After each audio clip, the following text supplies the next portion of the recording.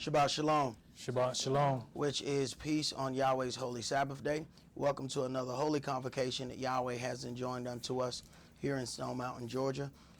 It truly is a blessing to be able to serve Yahweh and gather without any fear.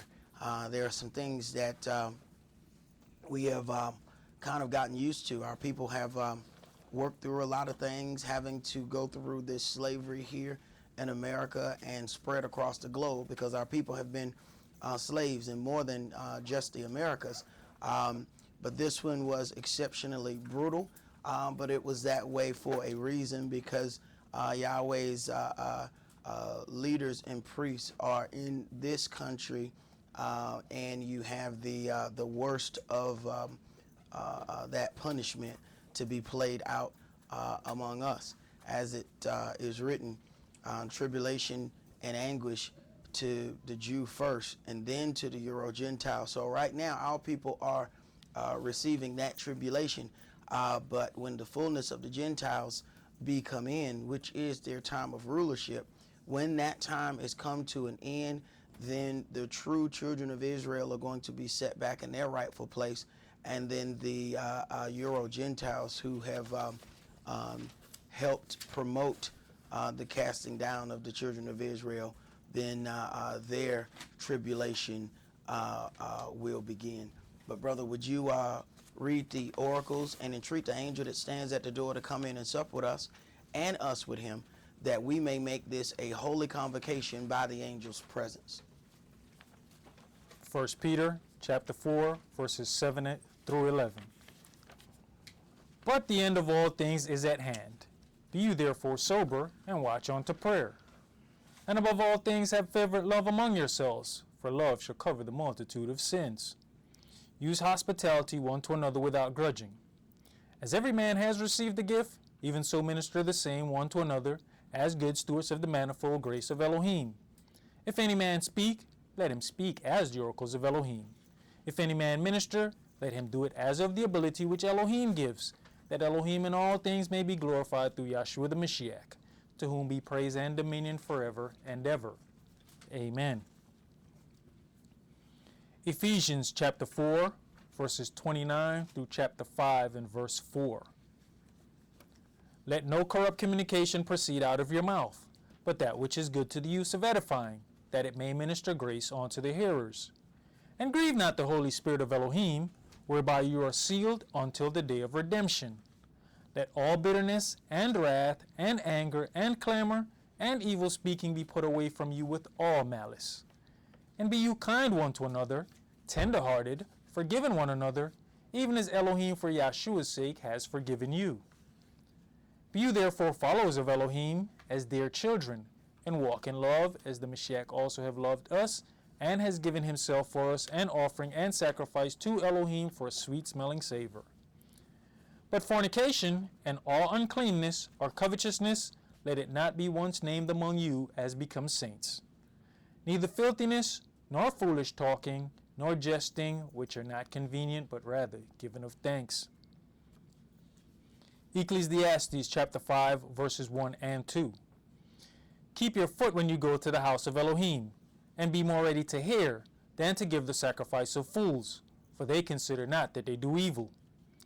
Be not rash with your mouth, and let not your heart be hasty to utter anything before Elohim. For Elohim is in heaven, and you upon earth. Therefore let your words be few. Exodus chapter 23, verses 20 and 21. Behold, I send an angel before you, to keep you in the way, and to bring you into the place which I have prepared. Beware of him, and obey his voice. Provoke him not, for he will not pardon your transgressions, for my name is in him. Revelations chapter 3, verses 20 through 22. Behold, I stand at the door and knock. If any man hear my voice and open the door, I will come into him, and will sup with him, and he with me. To him that overcomes will I grant to sit with me in my throne, even as I have also overcame, and am sat down with my Father in his throne. He that has an ear, let him hear what the Spirit says unto the churches. All right. The title of today's sermon is The Fullness of the Gentiles. the fullness of the Gentiles. Now I say then, have Elohim cast away his people? Elohim forbid. For I also am an Israelite of the seed of Abraham, of the tribe of Benjamin.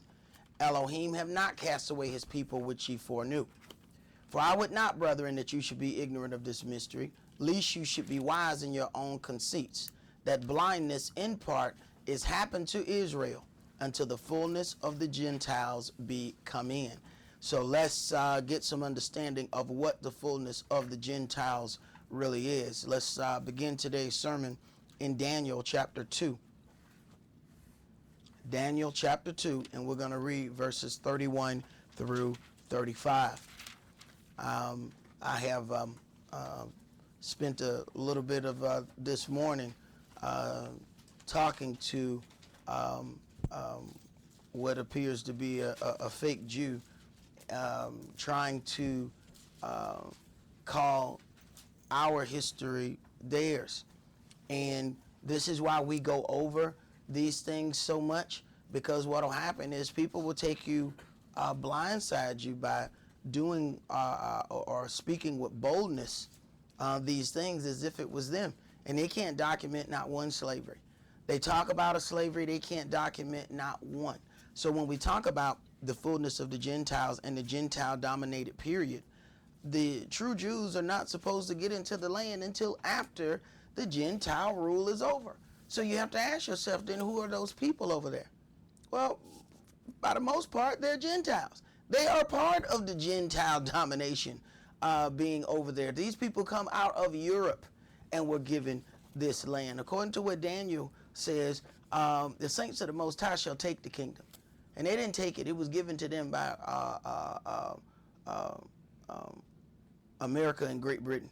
These, we like to believe, and even, our parents believe the thing that, these people have been over there for, all of this long time. These people have been over there since 1948 set up, and they received these declarations that have allowed them to not only possess that land, but to be basically to have the most power of in that little region, because they have America's nuclear capabilities. Meanwhile, they're fighting everyone else from having any nuclear capability, believing that they themselves are the only responsible party. And when you get down into that discussion, the entire discussion is one of hypocrisy, because America is the only people who have actually used a nuclear weapon. So the discussion comes from people, the only people who have used a nuclear weapon are now going around establishing limits on everybody else being able to have the very weapon that they use.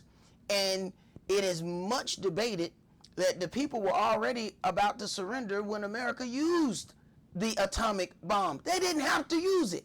They used it just to make a point. So we have to consider how these things are taking shape. Daniel chapter 2, and we're going to start that at verse 31.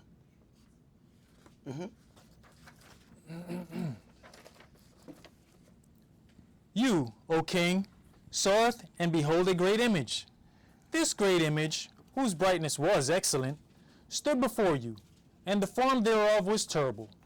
This image's head was of fine gold, his breast and his arms of silver, his belly and his thighs of brass, his legs of iron, his feet part of iron and part of clay. Now, this great image is this image of the Babylonian rule.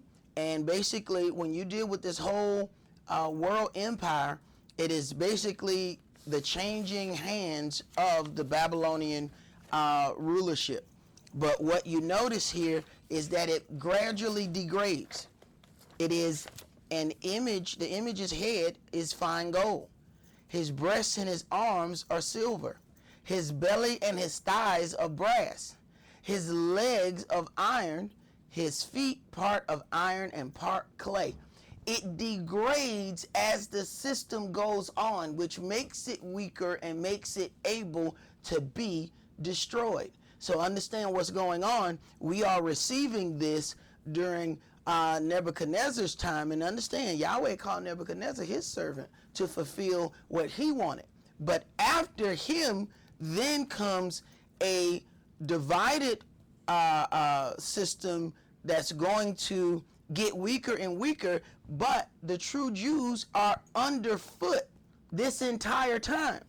So just dealing with this, it is impossible for the children of Israel to be in charge of banking systems, to be in charge of countries' money, to be in possession of a nuclear arsenal, to be in possession of planes and armies. It is impossible to have that while the Gentile rule is still in effect. So the whole concept of having this so-called Israeli system does not fit anything in this book. Go ahead. Verse 34, Daniel chapter 2 and verse 34. You saw till that a stone was cut out without hands, which smote the image upon his feet that were of iron and clay, and brake them to pieces.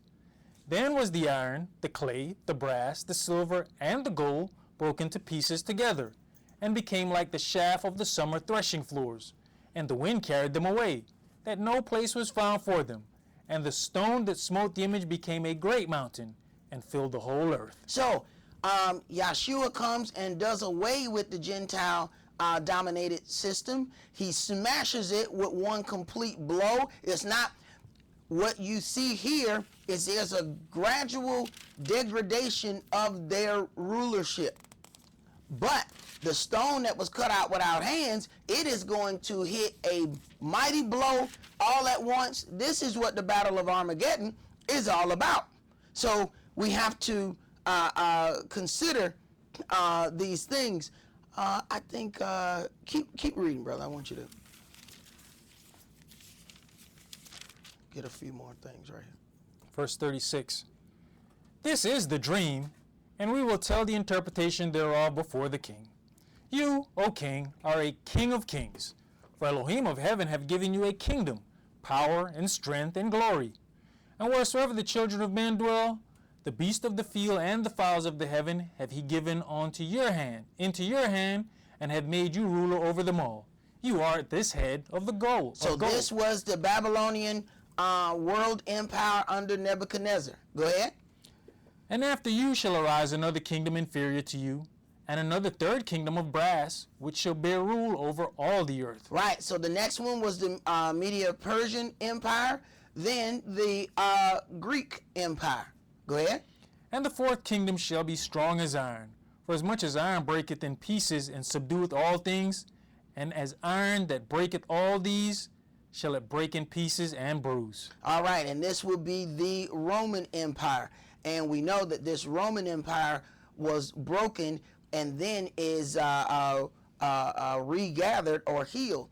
The so-called Holy Roman Empire fell apart, but right now we're watching all of those things come together. This is what the financial crisis is all about in Europe.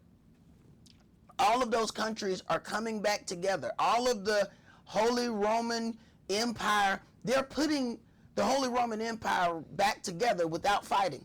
All the other people before have tried to gather the Holy Roman Empire back together by wars. We're watching it get back together, and they haven't sent one missile. And our people are not understanding what's really going on. So you have this divided Holy Roman Empire. America is the other split end of the Roman Empire. She's the muscle. They fought and gained their independence, so you would think that, hey, they wouldn't deal with Rome anymore. Every time you see America dealing, they deal with Europe hand in hand. So understand that this is the split and divided part. So this is how America then becomes the daughter of Babylon. Understand, the beginning of this world-dominated system is called Babylon. Each and every last one of these kingdoms that takes over is still called Babylon. So this is why we're dealing with the Roman Empire ruling Babylon, America being the daughter of Babylon. So when you read in Jeremiah 50 and Jeremiah 51, when you start getting to the daughter of Babylon, understand this was the country that was spawned out of that Roman system. Let's go to Daniel chapter 5.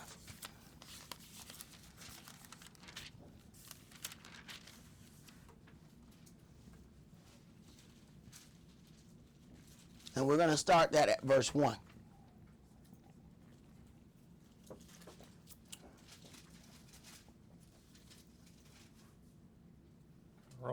Daniel chapter 5 and verse 1.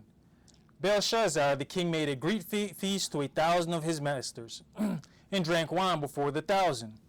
Belshazzar, while he tasted the wine, commanded to bring the gold and silver vessels which his father Nebuchadnezzar had taken out of the temple which was in Jerusalem, that the king and his princes, his wives, and his concubines might drink therein. Then they brought the golden vessels that were taken out of the temple of the house of Elohim, which was at Jerusalem. And the king and his princes, his wives, and his concubines drank in them. They drank wine and praised the gods of gold and of silver, of brass, of iron, of wood, and of stone. Right. Now they're doing all of these things in holy vessels. They're doing all of these things in things that were taken from the children of Israel. Now, his father was already warned about his boastfulness, and he still couldn't contain his great statements about how great he was. But now things are about to get way out of hand. Go ahead. In the same hour came forth fingers of a man's hand, and wrote over against the candlestick upon the plaster of the wall of the king's palace. And the king saw the part of the hand that wrote. Then the king's countenance was changed, and his thoughts troubled him, so that the joints of his loins were loosed, and his knees smote one against another. Right, now he about to pee on himself, because he just saw, now first of all, he drinking wine, he having a party out of holy vessels, then he just see a hand that come out of nowhere and start writing on the wall. So now his it says that the joints of his loins were loose. He probably pee-pee himself, okay? And then his knees smote one against another. Right, that's what you get. Go ahead. The king cried aloud to bringing the astrologers, the Chaldeans, and the soothsayers. And the king spake, and said to the wise men of Babylon, Whosoever shall read this writing, and show me the interpretation thereof, shall be clothed with scarlet, and have a chain of gold about his neck, and shall be the third ruler in the kingdom. Then came in all the king's wise men, but they could not read the writing, nor make known to the king the interpretation thereof. Then was King Belshazzar greatly troubled, and his countenance was changed in him, and his lords were astonished. Now the queen, by reason of the words of the king and his lords, came into the banquet house, and the queen spake and said, O king, live forever. Let not your thoughts trouble you, nor let your countenance be changed. There is a man in your kingdom, in whom is the spirit of the holy gods. And in the days of your father, light and understanding and wisdom, like the wisdom of the gods, was found in him, whom the king Nebuchadnezzar, your father, the king, I say your father, made masters of the magicians, astrologers, Chaldeans, and soothsayers. Now why his wife got to tell him that? If your father was the king, this was a serious situation that took place. How is it you don't know this? But your wife got to tell you this. But this also lets brothers know you need to be careful who you married to. Because what if she didn't say, he don't even understand what's going on. Go ahead. Verse 12.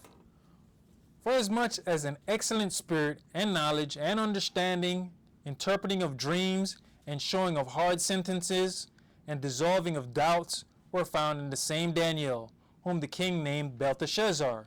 Now let Daniel be called, and he will show the interpretation. And this also lets us know the practice of the heathen, whom the king named Belteshazzar after their god.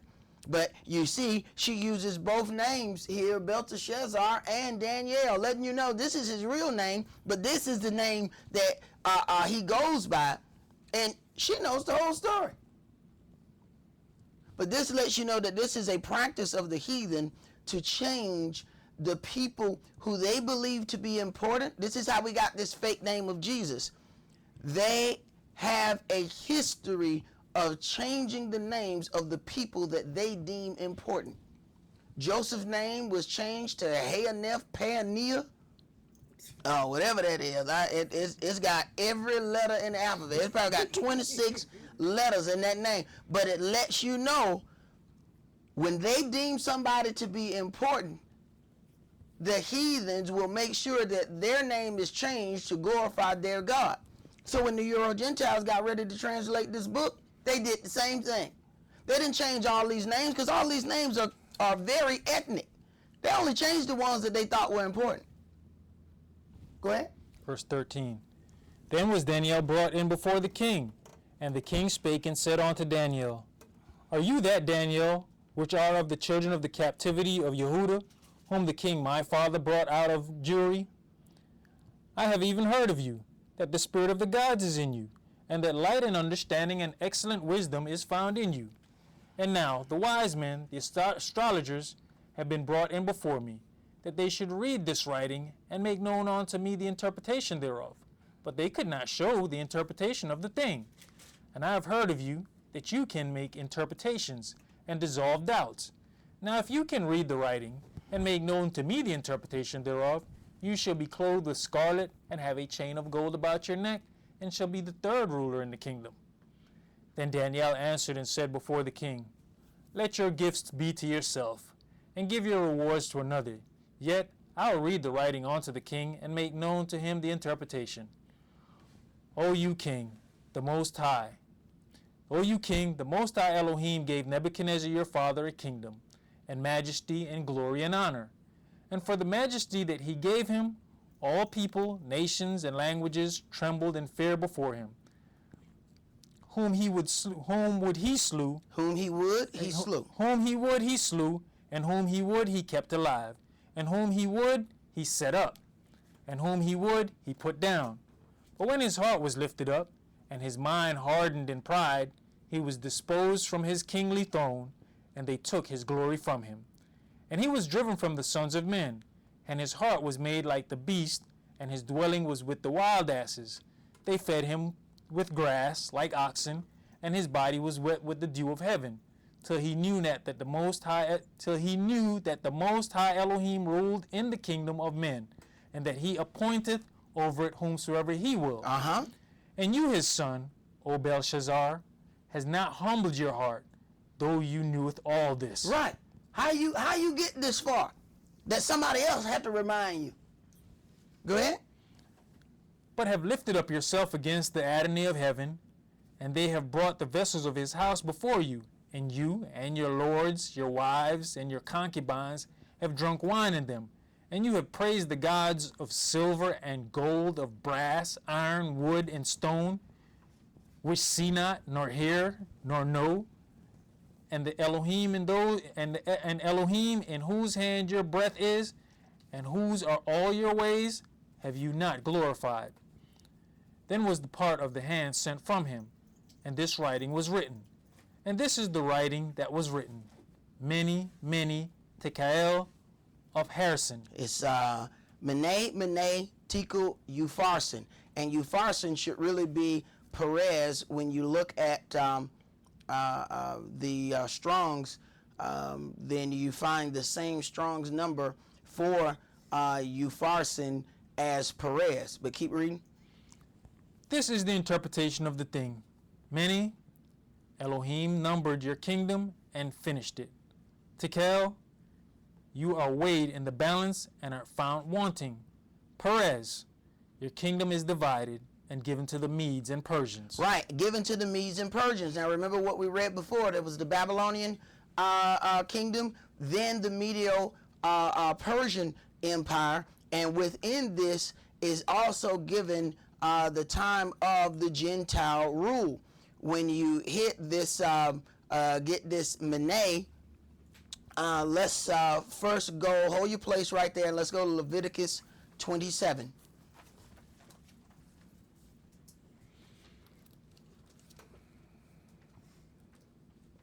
Leviticus 27, and let's read verse 25.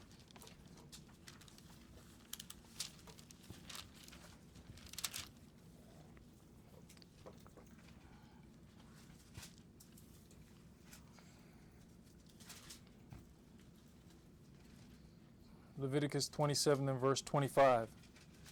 And all your estimations shall be according to the shekel of the sanctuary. 20 gerahs shall be the shekel. All right. So all your estimations, all of the things that you add shall be according to the shekel of the sanctuary. And 20 gerahs is 1 shekel. So we have the monetary value for what a shekel is, which is the 20 gerahs. Now let's go to Ezekiel chapter 45.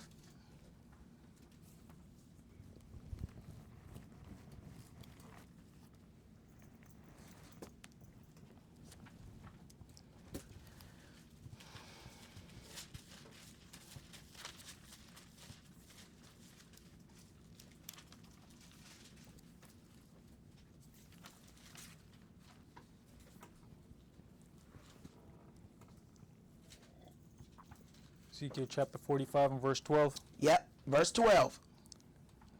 And the shekel shall be 20 gerahs. All right, so that's the same thing we read before. A shekel equals 20 gerahs. This is just like looking at a quarter, a dime, which is 10 pennies, a quarter, which is 25 pennies. Okay, go ahead. 20 shekels, 5 and 20 shekels, 15 shekels shall be your money. Your meneh. Meneh. Now, your meneh, 25 plus 5 is 20 shekels, plus 25 plus 15, which is 60 for the meneh as a weight, is 60 shekels. But when you do the research, you find that the coin of the meneh was equal to 50. So when you add up in weight, the meneh would be 60. But when you do it with the coin that they use, this is the monetary value of it, it was only equal to 50. All right, so now we go back to Daniel chapter 5, and we start back at verse 25. Now it says, and this is the writing that was written, Meneh, Meneh, Tekel, Upharsin, or Perez. Meneh, which is 50 shekels. So write this down. Meneh equals 50 shekels. Then it has Meneh again, which is 50 shekels. Tekel, which is 1 shekel. Upharsin, or Perez, is 25. So the total that we get there is 126, and the base is the 20 gerahs, and if we multiply 126 times 20, we get 2,520, which is the time of the Gentile rule on earth. This would be the same as Yahweh telling us that the children of Israel will be punished 7 times more for their sins. If you multiply 7 times 360, which is the rough time of the year, 360, then you also get 2,520 years. So these kingdoms would take up this much time in rulership. So when we look at what is going on in the land of Israel, for our people to be trying to go back there now, they're going to find out just how bloodthirsty the so-called Israelis are. This is not a good time to be amongst those people with all of the them knowing who you are, and you have to turn around and make apologies because it ain't but so boldly they can speak. These people have nuclear weapons, and they've already showed in the things that they have done to the people who call themselves the Palestinians, that they will shoot and kill at any given time. So they are already marching now for the mistreatment that is going on, all people of color that are in Israel. So we know that this thing is going to increase as far as the punishment, so that when we get to this time of Gentile, this fullness of the Gentiles, this is these the time that they take up. Go ahead and finish that, bro. Daniel chapter 5 and verse 29. Then commanded Belteshazzar, and they clothed Daniel with scarlet, and put a chain of gold about his neck, and made a proclamation concerning him, that he should be the third ruler in the kingdom. And that night was Belshazzar, the king of the Chaldeans, slain.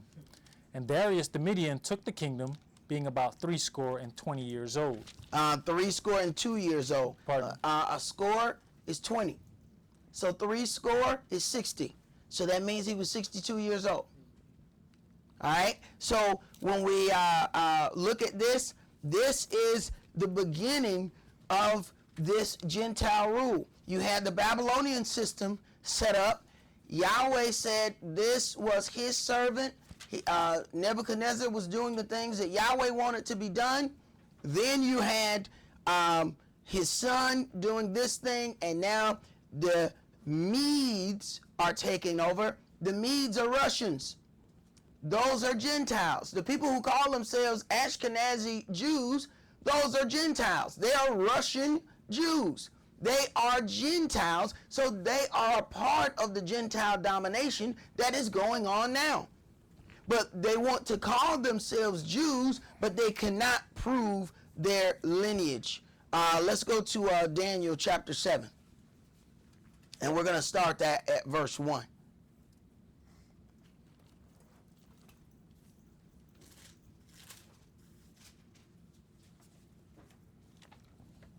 Daniel chapter 7 and verse 1. In the first year of Belshazzar, king of Babylon, Daniel had a dream and visions of his head upon his bed. Then he wrote the dream and told the sum of the matters. Daniel spake and said, I saw in my vision by night, and behold, the four winds of the heavens strove upon the great sea. The four winds of the heavens strove upon the great sea.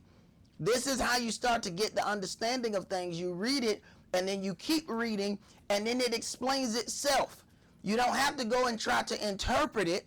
It's going to explain itself what these four winds of heaven that strove upon the great sea. Most of the times when you start seeing the great sea, it's talking about multitudes of peoples, talking about countries, things like that. So this is strove upon the great sea, these winds. Go ahead. And four great beasts came up from the sea, diverse one from another. These four great beasts are these empires. Go ahead. The first was like a lion, and had eagle's wings. I beheld till the wings thereof were plucked, and it was lifted up from the earth, and made stand upon the feet as a man, and a man's heart was given to it. All right, remember what was in the dream about Nebuchadnezzar. He was the head of fine gold. All right, but because of his boastfulness, he was made to eat straw like an ox for a period of time, and to lose his thought of a man and be like a beast. But then after a while, that was given back. Then his son still wouldn't deal with the things in order, and that was taken. So when you talk about a lion, this is the greatest part of the kingdom. After that, it is going to degrade. So this is the world empire under Nebuchadnezzar. Go ahead. And behold, another beast, a second, like to a bear. That Russia is always called the bear. To this day, Russia is called the bear. They call themselves the bear. It's not anything that we have to do. So when you look at this, this is the Media-Persia empire, and you find that, this Media is Russia.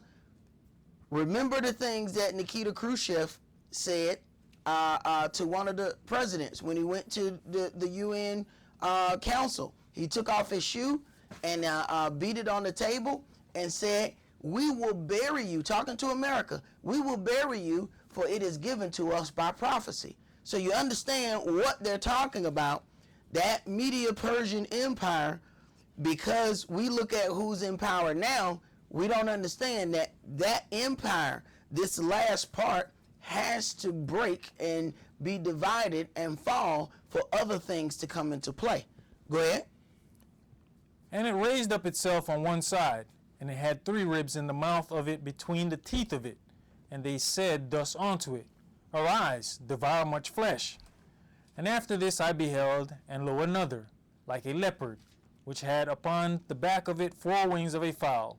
The beast had also 4 heads, and dominion was given to it. So then this is the world empire of the Greeks under Alexander the Great. This leopard, which had on the back of it 4 wings of a fowl, he conquered the earth faster than anybody else. A leopard with wings is dealing with the speed in which he did that. All he was a straight man of war.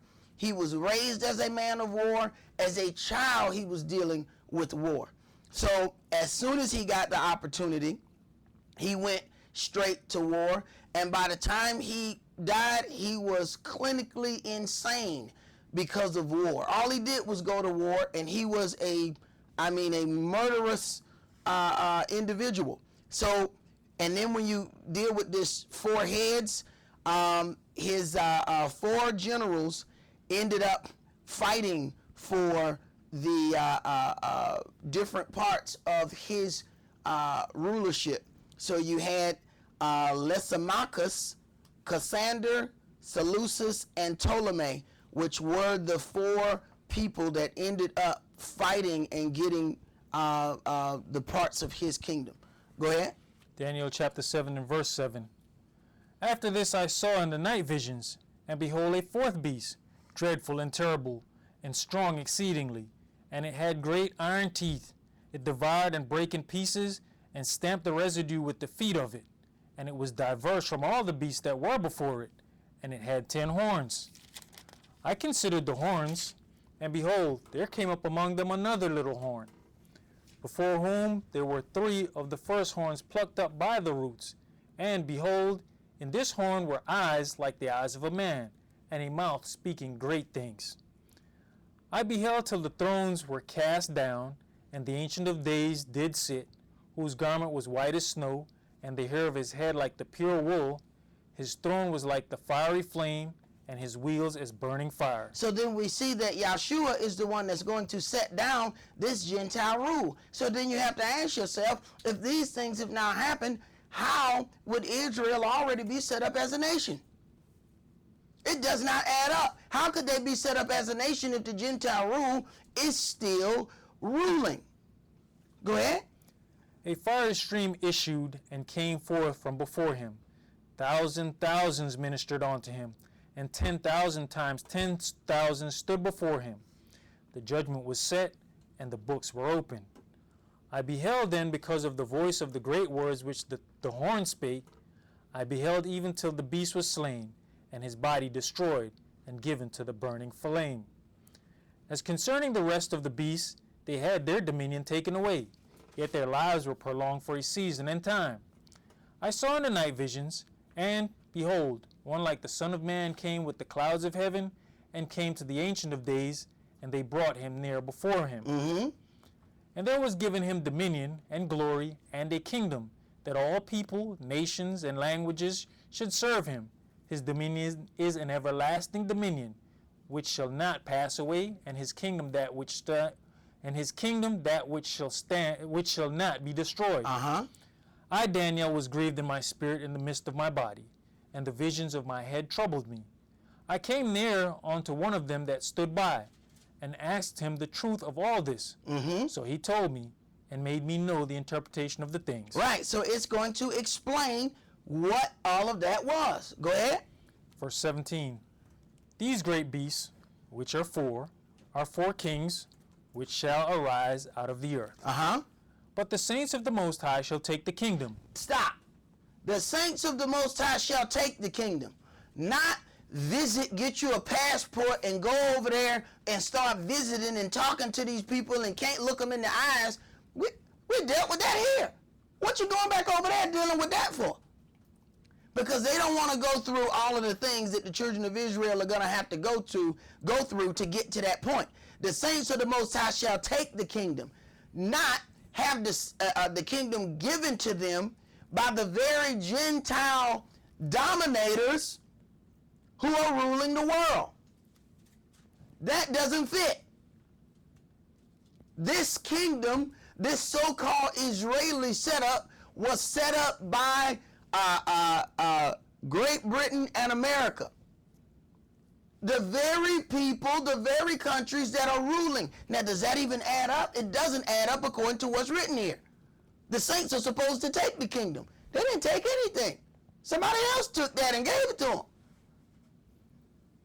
Go ahead. And possess the kingdom forever, even forever and ever. Now, that is also supposed to be connected with the return of Christ.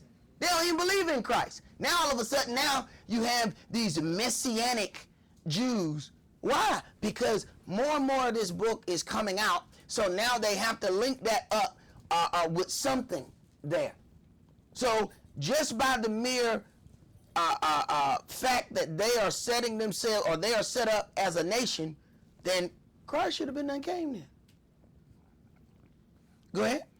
Verse 19. Then I would know the truth of the fourth beast, which was diverse from all of the others, exceeding dreadful. Exceeding dreadful. This is the one he wanted to know about. He was living through, in captivity, through the first and bringing it into the second one.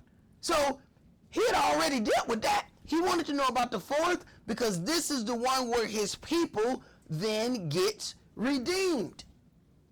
So he's wanting to know about these things. This is also your key. He wants to know about this fourth beast. So if the fourth beast is still standing, how would Israel still be set up as a nation? Go ahead. You know, even with that, Israel ain't set up as a nation. It's only, according to them, Jews there, so that means only Judah is there. Right, but they are telling that lie as if they have told that lie so much the average person actually believed that there's 12 tribes of Judah. What? I heard your boy say it. Your boy Wycliffe said he had a gold lion on his neck, and they said, Wycliffe, what that gold lion stand for? Oh, this is for the 12 tribes of Judah. I wanted to jump through the TV and slap his stupid face. Ain't no such thing. It's 12 tribes of Israel, man. Ain't no 12 tribes of Judah. He just took one tribe and multiplied it 12 times. But there's all kind of twisted teachings. I was talking to a Jamaican brother yesterday, and brother had a thick accent too. He had a thick accent. He used brother said vegetables. He spoke like that, you know. And the brother was saying that he was, walking with his staff, and one of those brothers, asked him his name and what month he was born, and the brother said he told him he was born in a bib.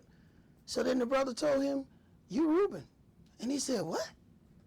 He said, "Yeah, you Reuben." He said, "Wait a minute, man. So if I'm Reuben, because I was born in the first month, if I have a child and he born in the 10th month, what tribe will he be?" He said, "Man, that don't make sense. That means other tribes will be coming out of me." He said, and this was an elder that told him that. He said the elder just sat there and looked at him. But these are the kind of things that are going out, and people base what is real by how many times they hear it. This is how the imposters have gotten a stronghold in making everybody believe that they are the children of Israel. Hollywood is basically a propaganda machine. It was created for propaganda. You don't understand what propaganda means. That means they want to put out their version of what everything is so that you side with them. While you think you're watching a movie to be entertained, you are being not educated, but brainwashed into what they want you to believe. And the news is dominated by the same imposters. So the news that we get is completely filtered, and it does not give you the real view of what is happening. So this propaganda machine has a purpose. Go ahead. Whose teeth were of iron, and his nails of brass, which devoured, brake in pieces, and stamped the residue with his feet. Verse 20. And of the 10 horns that were in his head, and of the other which came up, and before whom 3 fell, even of that horn that had eyes, and a mouth that spake very great things, whose look was more stout than his fellows. I beheld, and the same horn made war with the saints, and prevailed against them. Okay, out of this, you have these kings that's going to come out of this divided system, and there's going to be this little horn that's going to make war. When you talk about who has made war with the saints, you have to really examine what's happening. This system of Christianity has made war with us, and we don't understand that after they kill the disciples, then they turn around and claim leadership through succession of lineage. So they kill Peter or Cephas, then claim that they are his descendants after they kill him. And then now this is how the lineage of the Pope is supposed to come from. They claim that Cephas was the first Pope. So if you understand, how that's supposed to go, now the succession would be, now they claim their direct lineage, right? Yet they claim that the Pope can't be married, or you starting to see the hypocrisy here? Now, they claim to be direct lineage, but the Pope can't marry, so how you had children? You see the problem here? Now, they claim that they are, all of these popes have been, this is how they have the direct seat in rulership. This is Gentile rule, Gentile domination at its finest, because that little part of the Vatican, do you know that it is the richest per square inch in the world? The Vatican is about as big as a mall and owns more stuff than anything else. They are, exceptionally rich. With all of the molestation complaints and all of the things, you haven't seen not one of them go to jail. Not one priest go to jail unless they are ticked off with that priest and they do away with him. Other than that, you cannot touch them. They have diplomatic immunity. You can't lock up a Catholic priest. He can blow your brains out. They can't touch him. He is a diplomat to the Vatican, which has set itself up as its own country. You realize even the people within Europe cannot touch anybody in the Vatican. You can't arrest them. The Vatican has its own police. You have to write papers and see if they will give that person up to you, and that ain't gonna happen. So you just get a glimpse of how serious this world domination of the Euro-Gentiles, how far it goes. Go ahead. Daniel chapter 7 and verse 22. Until the Ancient of Days came, and judgment was given to the saints of the Most High, and the time came that the saints possessed the kingdom. So you see the same thing. The time came that the saints possessed the kingdom. So this is connected with the end of the Gentile rule. Go ahead. Thus he said, the fourth beast shall be the fourth kingdom upon earth. which shall be diverse from all kingdoms, and shall devour the whole earth, and shall tread it down, and break it in pieces. And the 10 horns out of this kingdom are 10 kings that shall arise, and another shall rise after them, and he shall be diverse from the first, and he shall subdue 3 kings. And he shall speak great words against the Most High, and shall wear out the saints of the Most High, and think to change times and laws. And they shall be given into his hand until a time and times and dividing of time. Right. So then you see that this Gentile rule is directly against the children of Israel. So if they are directly against the children of Israel, why would they set the children of Israel up as a kingdom? So then you have to look at the Gentile rule and the Gentile domination and see who are they against. You don't have to look far to see that it's us. We marching in America trying to get equal treatment. Our people still that are over in Israel are marching trying to get equal treatment as well. You don't have to look far to see who the Gentiles are against. Go ahead. But the judgment shall sit, and they shall take away his dominion, to consume and to destroy it unto the end.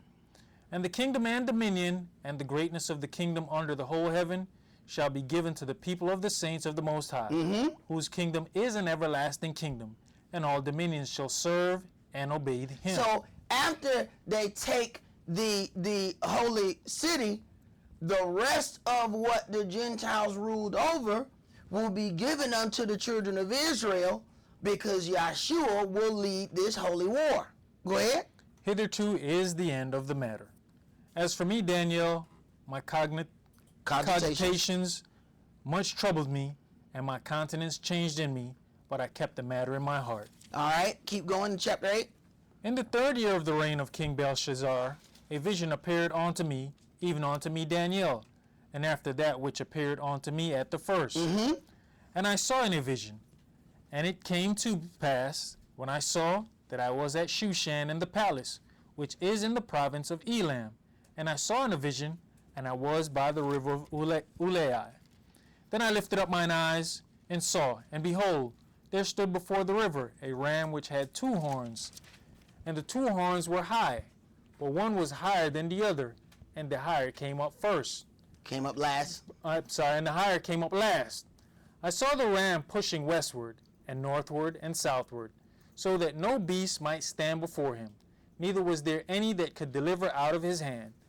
But he did according to his will, and became great. And as I was considering, behold, an he-goat came from the west on the face of the whole earth, and touched not the ground, and the goat had a notable horn between his eyes. Now, the goat had a notable horn between his eyes. As we go through this, remember the things that we read about the 4 kingdoms. Now it's giving some understanding of how those things come about. Go ahead. And he came to the ram that had 2 horns, which I had seen standing before the river, and ran unto him in the fury of his power.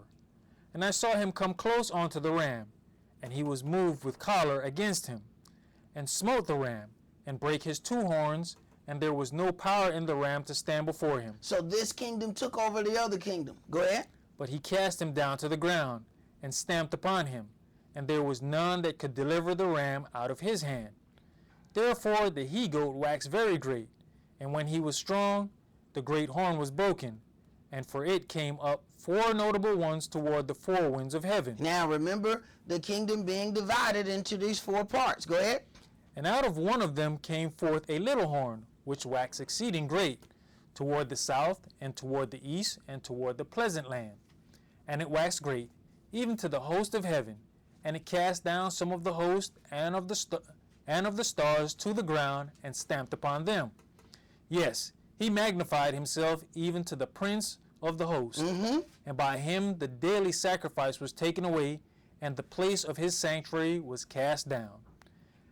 And an host was given him against the daily sacrifice by reason of transgression, and it cast down the truth to the ground, and it practiced and prospered. So understand here, he magnified himself even to the prince of the host, and by him the daily sacrifice was taken away, and the place of his sanctuary was cast down. When we get in and read some of these things in the Apocrypha, you'll see that during this reign of Alexander and all of these things, you'll find out how interested they were in defiling the sanctuary.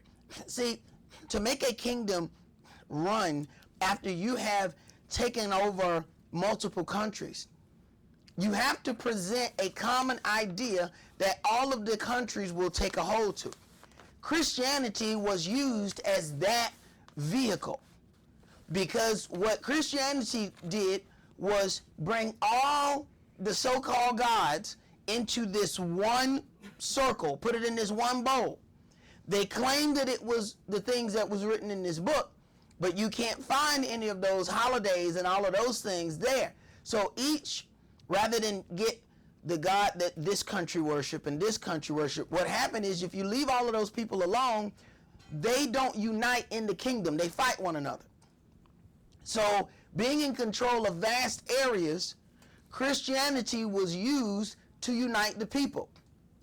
So this was what Constantine used to keep this system from fighting one another, because this would happen all over. They would have these empires, but the empire wouldn't gather together if the strength wasn't strong enough. They would keep fighting one another and keep going until they revolt. Go ahead. Verse 13. Then I heard one saint speaking, and another saint said unto that certain saint which spake, How long shall be the vision concerning the daily sacrifice, and the transgression of the desolation, to give both the sanctuary and the host to be trodden under foot? And he said unto me, Unto 2,300 days, then shall the sanctuary be cleansed. All right, so then you have the part of the 3.5 years that the children of Israel are going to be out, but then you have the long part of this 2,300 being in years, which is during that 2,520 year time of the Gentile reign. So you have several things that are going on inside of that. Go ahead. And it came to pass, when I, even I, Daniel, had seen the vision, and sought for the meaning, then, behold, there stood before me as the appearance of a man. And I heard a man's voice between the banks of Uli, which called and said, Gabriel, make this man to understand the vision. So he came near where I stood, and when he came, I was afraid, and fell upon my face. But he said unto me, Understand, O son of man, for at the time of the end shall be the vision. Now as he was speaking with me, I was in a deep sleep on my face toward the ground. But he touched me, and set me upright. And he said, Behold, I will make you know what shall be in the last end of the indignation. For at the time appointed, the end shall be. I will make you know what shall be in the last end of the indignation. So he's already been giving these four kingdoms. He was completely wanting to know about the fourth one, because after that one, the children of Israel are restored. So understand, by this definition solely, without even going to everywhere else in the book, there should not be a kingdom in Israel. Go ahead. Verse 20. Not now. The ram which you saw, having 2 horns, are the kings of Media and Persia. And the rough goat is the king of Grecia. And the great horn that is between his eyes is the first king. Now, this first king, so you have remember, you had the Babylonian kingdom. Now you have the ram which you saw having 2 horns are the kings of Media and Persia. Then the rough goat is the king of Greece. And the great horn that is between his eyes is the first king. So we then have this Alexander the Great coming through, doing all of these things, conquering very fast. Go ahead. Now that being broken, whereas 4 stood up for it, 4 kingdoms shall stand up out of the nation, but not in his power. Okay. After Alexander the Great died, his kingdom was split among his generals into 4 different kingdoms. Go ahead. And in the latter time of their kingdom, when the transgressors are come to the full, a king of fierce countenance and understanding dark sentences shall stand up. And his power shall be mighty, but not by his own power. And he shall destroy wonderfully, and shall prosper and practice, and shall destroy the mighty and the holy people. And through his policy also he shall cause craft to prosper in his hand. And through his policy, understand the power of things that are happening now. You have the so-called Holy Roman Empire being gathered together without one shot being fired. So all of these things are happening through policy. You think about how we're being, so much weight is being put on our shoulders. It's all policy. Everywhere you go and they're charging you for something, they say, well, sir, this is just our policy. That's the thing they use every time. It is the lie that they use to do everything foul to you. Sir, this is just a policy. I'm not trying to do anything to you, sir. This is just a policy. The policy say you got to pay $250 because that's what the policy say. So I'm just doing my job. No, what you doing is robbing me. But they use policy to do that. See, it was policy that they said change to change times and laws. It was policy that said that the Sabbath is no longer Saturday, but it is officially Sunday. Now you got every kook Christian preacher trying to explain to you how the Sabbath is no longer Saturday, and it was a policy that changed that. Constantine's policy that he declared the Sabbath to be changed. This is 300 years after Christ. 300 years later, his policy changed the Sabbath. But then you got some kook preaching. He gonna, let me tell you, see, God changed the Sabbath. Yes, he did. Man, what in the world? That was policy to change the Sabbath.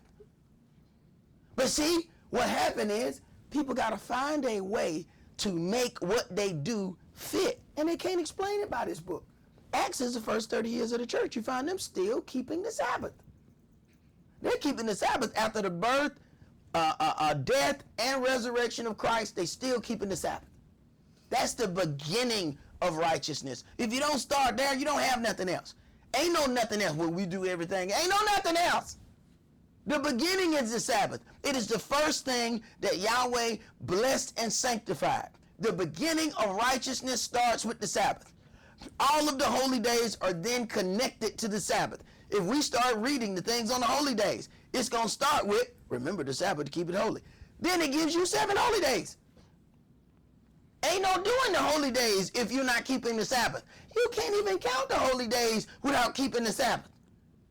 So what kind of hypocrisy is that? You're not going to keep the Sabbath, but you're going to keep the holy days, and you're going to count them by the Sabbath, but you're not going to keep the Sabbath. That's like not working and showing up on check day, and then angry with them people. Why I ain't got no check? Why I ain't got Jane got a check? Keisha got a check. You ain't come to work. Matter of fact, you don't even have a job no more, because you didn't show up. Go ahead. And he shall magnify himself in his heart, and by peace shall destroy many.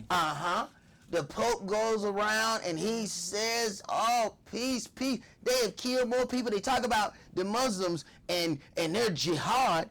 What do you think their crusades were about? They spread Christianity with the sword. You either convert or die.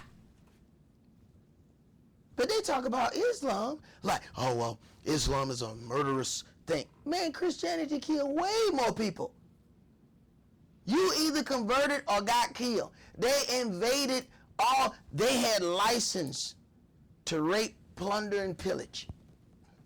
If you did not convert, done deal.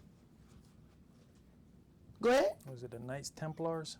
Man, they got all kind of little secret organizations that they got set up to do all of their dirty work. How you think the Pope got so rich? How do you think they got so much money?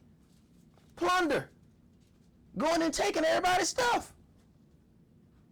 You got to consider how powerful an entity is if this America is supposed to be the global cop, the strongest country on the earth right now, and their leaders go and kiss his ring.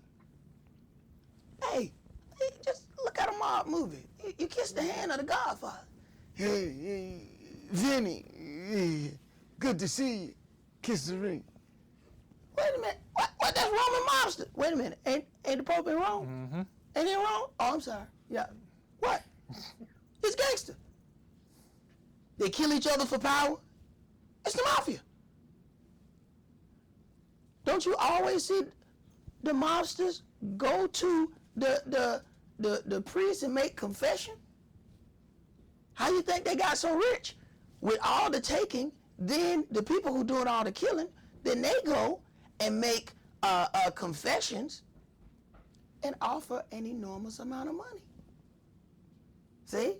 I must make confession for such and such, and here's $1 million. Go ahead. He shall also stand up against the prince of princes, but he shall be broken without hand. Uh-huh. And the vision of the evening and the morning which was told is true. Wherefore shut you up the vision, for it shall be for many days. And I, Daniel, fainted, and was sick certain days. Afterward I rose up, and did the king's business, and I was astonished at the vision, but none understood it. All right.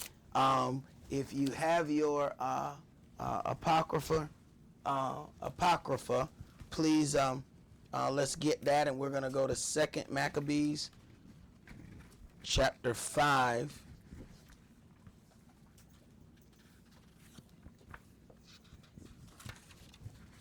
Second Maccabees, chapter 5, and we're going to read chapter 5 and chapter 6.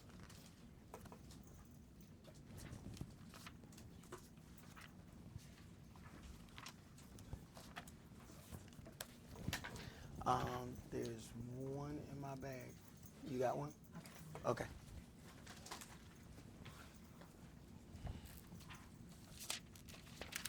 So we're talking about dealing with what this Gentile rule, and understand this Greek Empire. Then you have the Roman Empire coming after that, which was then broken apart. But this beast with this deadly wound was then rehealed. So we're going to deal with some of the things that took place under this Gentile rule, so you'll understand why the Gentiles were motivated to put some people in the land. Remember, we can always go back to 2 Kings 17. We can read where people were placed in the Babylonian system. People were placed in Israel that were not from there. We can read where fake priests got in the land and taught the way that they wanted to teach. And all you have to do is examine some of the things that the people in the land do at this point, being with that Talmud and Mishnah, and you'll find some of the grossest things against Yahweh's law that you have ever heard. But I tell people, have a strong stomach, because some of that stuff in there is completely twisted. I mean nasty twisted. It is not, the reading is not even PG-13, okay? I don't even advise any younger person to even try to read what their so-called Jewish law say, okay? Ish mean like. You are not Jewish. You ain't Jew-like. You ain't like a Jew, okay? You are a real Yehudi. 2 Maccabees chapter 5, and let's start that. I tell you what, no, let's do chapter 6.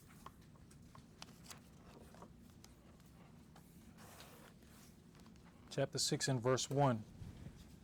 Not long after this, the king sent an old man of Athens to compel the Yehudis to depart from the laws of their fathers and not to live after the laws of Elohim. Right. Consider this. Now, Not long after this, the king sent an old man of Athens to compel the Yehudis to depart. So first, they come through peace. They make a little declaration. Just step away from the law. After you don't listen, then they try to kill you. Go ahead. And to pollute also the temple in Jerusalem, and to call it the temple of Jupiter Olympius. And that in Gerizim of Jupiter, the defender of strangers, as they did desire that dwelt in the place. Understand, during the time of, you need to understand, while Christ is in the land, the temple is being ran by Edomites. Herod is an Edomite. Understand that he put a eagle on top of the temple so that he could show the Romans that he was really on their side. So understand what's going on. Our people have been dealing with this for a long time. Go ahead. Verse 3. The coming in of this mischief was sore and grievous to the people, for the temple was filled with riot and reveling by the Gentiles. Yeah, they having parties. Go ahead. Who dallied with harlots and had to do with the women within the circuit of the holy places. Right, they have this thing called temple prostitutes. The Euro-Gentiles dealt in that and all of their things. They had temple prostitutes. When they talking about these popes, you watch, what's that show? That HBO show with the Caesars, the Borgias. Right. They show the popes got children all over the place. They supposed to be doing one thing. They got prostitutes and mistresses. They got all kind of things that is going on beyond the surface that people are not seeing. Go ahead. And besides that, brought in things that were not lawful. The altar also was filled with profane things which the law forbiddeth. Mm-hmm. Neither was it lawful for a man to keep Sabbath days or ancient feasts. Consider that. This is the Euro-Gentile thing. And we're talking about this is from the beginning.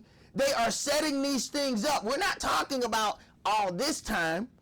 We're talking about this period in between Malachi and Matthew. We're talking all of these things are being set up. We're talking about dealing with from the time that Titus comes in to destroy and sack Jerusalem.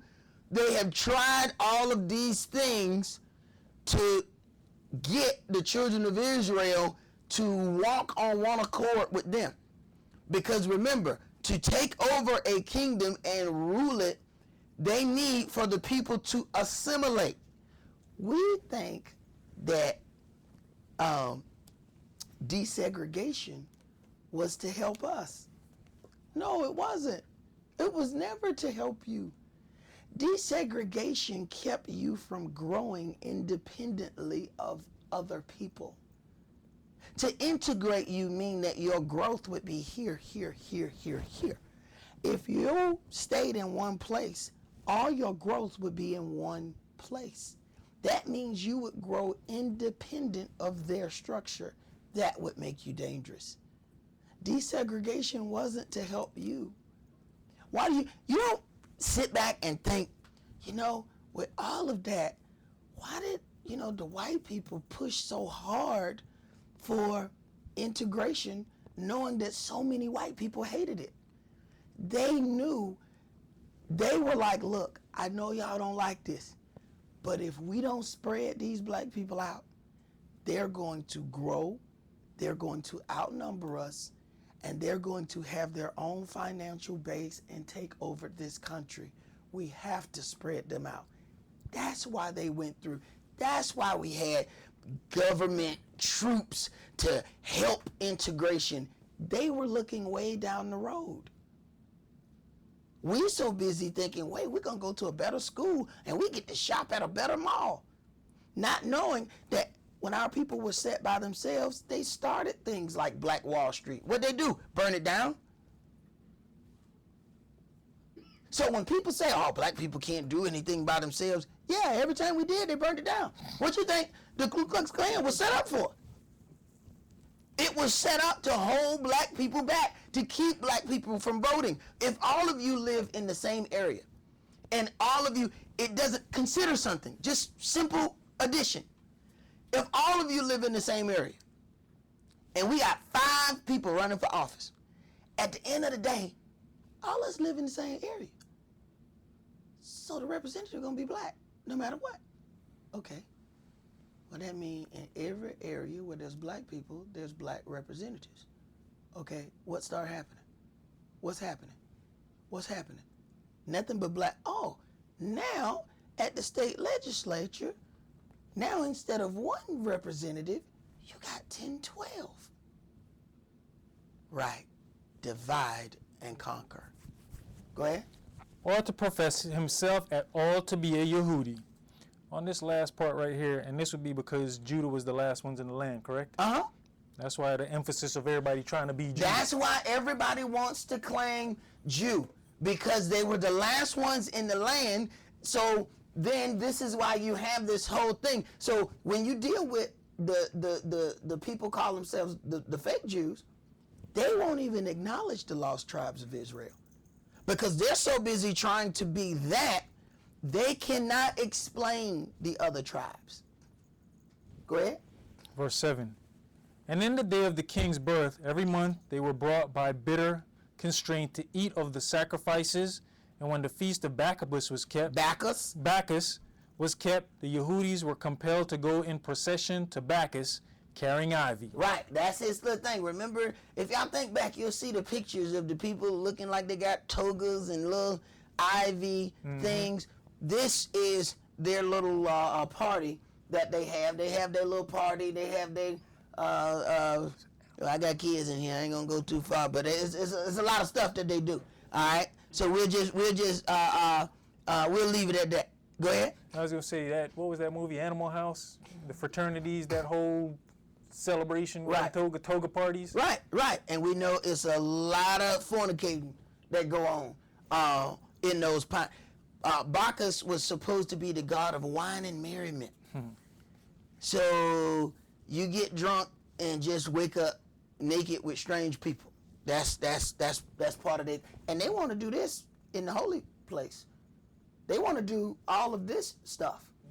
And like Lael said, growing up in Louisiana, that's Mardi Gras type stuff. Everybody's like, I want to go to Mardi Gras. Oh, you want party with Bacchus then? Oh, okay. Right. Oh, well, you want to worship another god. Right. Go ahead. Verse 8. Moreover, there went out a decree to the neighbor cities of the heathen by the suggestion of Ptolemy against the Yehudis that they should observe the same fashions and be partakers of their sacrifices. Right. Now remember all of these broken up kingdoms that we've read about before, and you start hearing these same names. History documents the things that we have gone through. Go ahead. And whoso would not conform themselves to the manners of the Gentiles should be put to death. Then might a man have seen the present misery.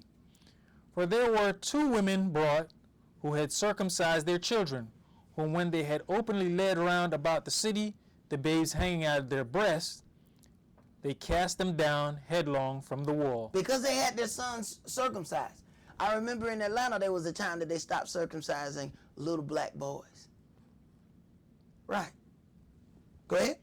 And others that had run together into caves nearby to keep the Sabbath day secretly, being discovered to fill it, were all burnt together, because they made a concession to help themselves. They made a conscience to help themselves for the honor of the most sacred day. Right, because they don't want to defile the Sabbath. Keep in mind, everything that is set up here is set up on the Sabbath. You want to do Little League football, all that stuff happen on the Sabbath. You want to go shopping, the malls are filled on the Sabbath. Go ahead. Now I beseech those that read this book, that they be not discouraged for these calamities, but they judge those punishments not to be for destruction, but for chastening of our nation. Chastening of our nation, because we did not keep these things. Understand what how the Christian is made war with us is by teaching us the law was nailed to the cross. It is because we did not follow the law that all of this is happening to us. The very law that they want to say is nailed to the cross is our protection. We didn't get a land to rule over until we received a law. You cannot have a governmental system without a law to govern you. Government. You cannot have a government if nothing governs you. Go ahead. Verse 13. For it is a token of his great goodness, when wicked doers are not suffered any long time, but forthwith punished. For not as with other nations, whom the Adonai patiently forbear to punish, till they become to the fullness of their sins. Till they become to the fullness of their sins. So Yahweh delays their punishment. So this is what makes the boastfulness of the Gentiles keep going, because they haven't received their punishment. But they don't receive their punishment until the fullness of their doings. Go ahead. So dealeth he with us, lest that, being come to the height of sin, afterwards he should take vengeance of us. And therefore he never withdraweth his mercy from us. And though he punish with adversity, yet does he never forsake his people. But let this that we have spoken be for a warning unto us. And now will we come to the declaring of the matter in few words. Eleazar, one of the principal scribes, an aged man, and of a well-favored countenance, was constrained to open his mouth and to eat swine's flesh. Right. Your family do it to you? It ain't nothing but a little pork. You used to eat it when you were little. Oh, now you think you better than us? Just eat ham. Just eat a ham sandwich right there. Well, I got some ham and egg. Eat that. It's different when you fry it. It's fried pork. What's wrong with you? Right. Your family do the same. And they don't know that they're doing the very things that the Euro-Gentiles did to our people before. They have taken on that custom, so now they poke at you. You mean you're not gonna eat this? Then here comes this pressure. You think you better than us? You grew up eating it. Yeah, when you know better, you do better. I ain't know no better, so I put that swine's flesh in my mouth. Now, see how serious our people hold this. They see how serious this is, and they don't want to touch this swine's flesh. This is why you invited to the Christmas parties, and they start talking about you when you don't go. It's ham at every last one of them events. You think it's a coincidence that they got ham at every last Easter event and every last Christmas party. No, it ain't. This is what the Euro-Gentiles do. They sacrifice pig. And now our people have picked it up, and then they are the ones that are assaulting you to come and eat that swine's flesh. Go ahead. 2 Maccabees chapter 6 and verse 19. But he, choosing rather to die gloriously than to live stained with such an abomination, spit it forth, and came of his own accord to the torment. Right. Do you consider that? Suffering to die. All you got to do is eat some swine flesh. Now, see, we talk about, this is that thing. When we go to looking at the things that we've had in our life and the trouble, and we think we got trouble.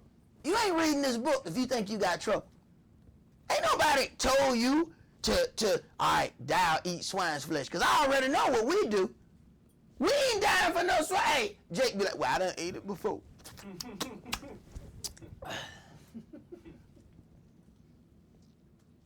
These people are choosing to die rather than to eat the swine's flesh. We don't have them kind of troubles. But beware.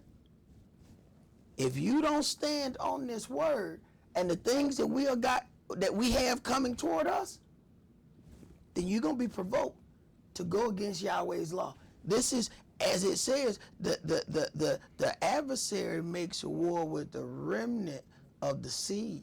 He ain't making war with the rest of them. He already got them. He wants you. Go ahead. As it behooved them to come, that are resolved to stand out against such things as are not lawful for the love of life to be tasted, but they that had the charge of that wicked feast, for the old acquaintances they had with the man, taking him aside, besought him to bring flesh of his own provision, such as was lawful for him to use, and make it as if he did eat of the flesh taken from the sacrifice commanded by the king. So if you're not going to eat it, bring some lamb then, right? And then we'll act like it's swine flesh, and then you just eat it before the people. Right? Propaganda machine. Right. This would be news, y'all. Okay? Present it so that the people believe a certain thing. Don't matter if you don't really eat swine flesh. Bring you some lamb. We'll act like we'll sit it right behind the pig. We'll grab it behind the pig and put it in your mouth. You eat it. The rest of the people think you ate the swine, but you really ate lamb. Go ahead. Yeah, exactly what you're saying. That's why they use a lot of the entertainers. Mm-hmm.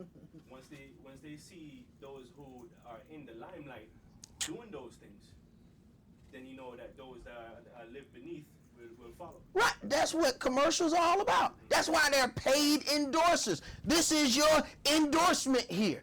This was his endorsement contract. Only thing is you just get to live.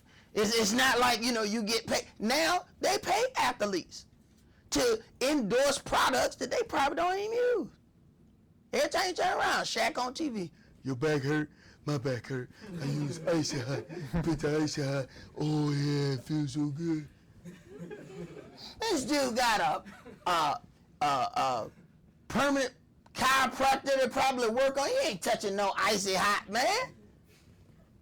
He can go to people who make serious money doing massages. He ain't using them. The Icy Hot got batteries in it. Yeah, right.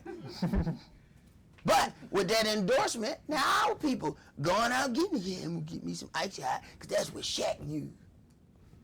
Go ahead. Verse 22. That in so doing he might be delivered from death, and for the old friendship with them find favor. Uh-huh. That all his endorsement does is get him to live. Go ahead. And he began to consider discreetly, and as became his age, and the excellency of his ancient years, and the honor of his gray head, whereunto he was come, and his most honest education from a child, or rather the holy law made and given by Elohim, therefore he answered accordingly. Now, because just like you mentioned, brother, about the people getting the athletes, he was a well-aged man. It would be definitely an advertisement for him to do it. This would compel all the rest of the people to do it. Why do you think when they made the decree that nobody could pray, that Daniel then prayed before an open window? Do you think he was like, all right, I'm just going to aggravate these people? No. He knew that if he didn't do it like he had done it before, that all the rest of the people would do the same. It was advertisement. Go ahead. Not only that, they said he prayed in that window often, so the people were looking at that window. Exactly. It said, as he did before time. Mm-hmm. So the people were already, they knew the decree was made. So they're like, hey man, Daniel normally in that window. We going to see, if Daniel don't pray, then we ain't going to pray either. They look in that window and see Daniel, they're like, okay, he about that life. He about that. Go ahead. And will them straightways to send him to the grave. For it becometh not our age, said he, in any wise to disassemble, whereby many young persons might think that Eleazar, being 80 years old and 10, were now gone to a strange religion. All right, 80 old and 10. How old was he? 90. Go ahead.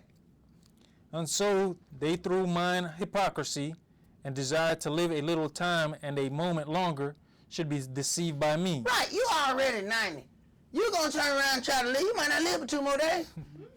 Now you gotta eat some swine's flesh and defile yourself for 2 days. Go ahead. And I get a stain to mine old age, and make it abominable. For though for the present time I should be delivered from the punishment of men, yet should I not escape the hand of the Almighty, neither alive nor dead. Wherefore now, manifold changes this life